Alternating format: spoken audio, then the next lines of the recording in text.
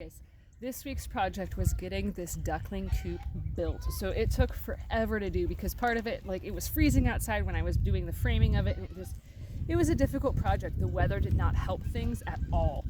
But today it's nice and warm. It's actually about 80 degrees outside. I just got done mowing some grass, and it's gorgeous out. Tomorrow it's supposed to get really cold again. So it felt really weird today loading up firewood at the old house to bring to the new house. When it's like 80 degrees out and I'm in a tank top and I'm loading up firewood for tomorrow. Like, that just seems wild. It's been odd because the last several weekends, actually, it's been really, really warm, and then on Monday it's like back to cold. So it's very interesting how it's been happening. But anyways, so I got this thing built, and it took quite a long time. It was pretty labor intensive. It always bothers my shoulders really bad to do like framing and to do a lot of like up above my head work. So that was very agonizing to do.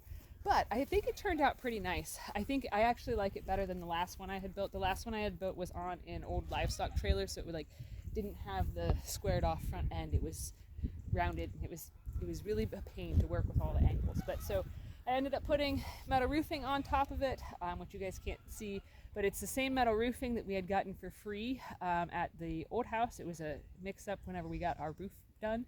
They dropped off too many materials, so that metal roof has been used now to make Wilbur and Ferdinand, our male goat and his companion.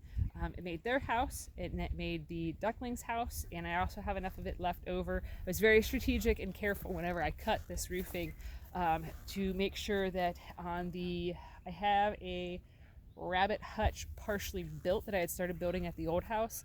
Bug just landed. But so I had a rabbit hutch partially built at the old house that I moved here that just needed a roof pretty much put on and doors built for it. So whenever I was measuring up to do the roof on this, I was like, I wonder exactly how many inches this could be to then make it so that way I have enough roofing left over to finish that hutch. So I ended up changing things around, tweaking things just a smidgen, so that way I can use that free roof for another project. So the top of it up here has chicken wire that's stapled up, and since tomorrow it's supposed to be really cold, whenever I was building it last night, I put plastic up. I will have to re-staple that, and then tonight I have to put more plastic up here just so that way it stays warmer in there for them, and also so the rain doesn't come in. I don't imagine it will because I do have some overhang, but since we're still new here, I don't know which direction the weathering is going to come from the hardest.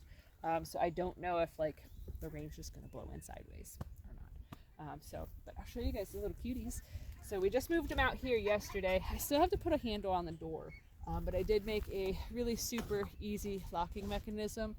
So it's nice to make sure that whenever you're building stuff that you think about wintertime and wearing gloves at the same time when you're doing like the latches and the closures, because it really sucks when you have to just when it's like -30 out and you have to keep taking your gloves off to then do fine stuff with metal. Like, that really gets old. So I try to build everything to have really easy openings and stuff so that way I don't have to take my gloves off. But anyways, I still need to put a handle on this. As it is right now, I'm just basically using my fingers and prying the door somewhat open. So I'll show you guys. Stay in there. Stay in there. So they're pretty happy. They're glad to have a lot more space to be reunited.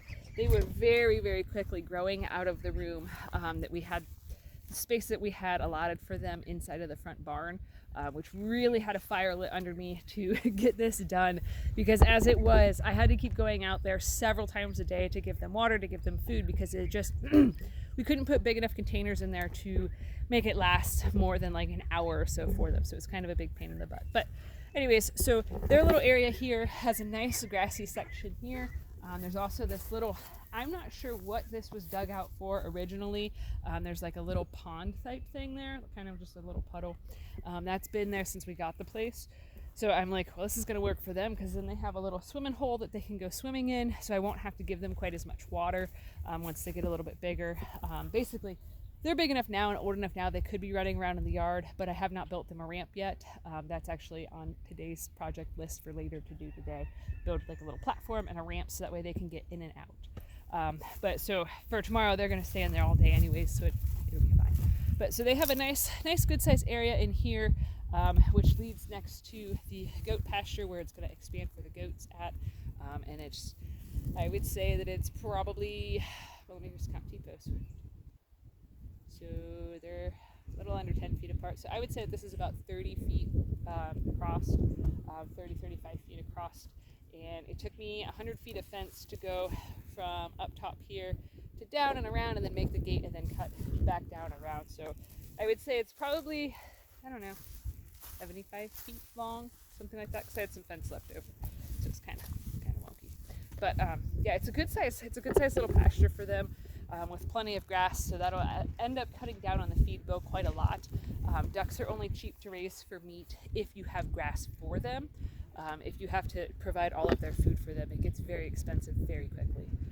So just my little 2 cents on that. We definitely want to save as much money on raising meat as possible because the feed prices are expensive, and I imagine that they're probably going to be going up again this year. So definitely trying to make sure that I do everything with laying out this homestead in a way that's making it so that way it'll continuously reduce our feed costs and our operating costs, so that way we can make food affordable for everybody. So anyways, thanks for watching. Have a good one, guys.